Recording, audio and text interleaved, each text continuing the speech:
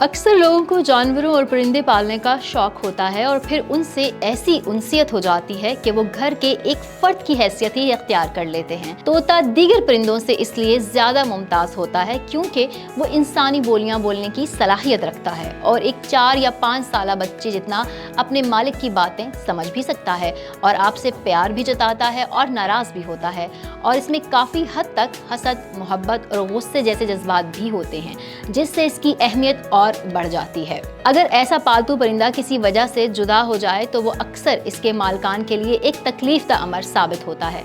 यही कैफियत कोयटा के एक घराने की है जिनका तोता गुम हो गया है, जिस पर वो न सिर्फ परेशान हैं बल्कि इसे ढूंढने के लिए मुख्तलिफ कोशिशें भी कर रहे हैं, जिनमें गली मोहल्लों की दीवारों पर गुमशुदगी के पम्फलेट्स चिपका करना, सोशल मीडिया पर अपने तोते की तस्वीर और वीडियोस पोस्ट करके लोगों से इसके बारे में मुतला करने की अपीलें भी शामिल हैं। कोयटा के वस्ती इलाके जरगौन रोड पर इन दिनों तलाशी गुमशुदा का ये अनोखा पम्फलेट देखा जा सकता है, जिस पर इस तोते की तस्वीर भी छपी हुई है। PNT कॉलोनी की रिहायशी खातून का कहना है कि 5 नवंबर को उनके हाथों उनका पहाड़ी तोता उड़ गया था, जिसके बाद वो इंतहाई परेशान हैं। उन्होंने बताया कि तोता उड़ जाने पर उन्होंने तलाशी गुमशुदा के पम्फलेट्स बाउनवान तलाशी गुमशुदा पहाड़ी मिट्ठू दीवारों पर चिपका किए हैं, जबकि सोशल मीडिया अकाउंट्स पर भी तोते की तस्वीर और वीडियोस पोस्ट करके लोगों से अपील की गई है कि अगर वो इस तोते को कहीं देखें तो इन्हें मुतला कर दें।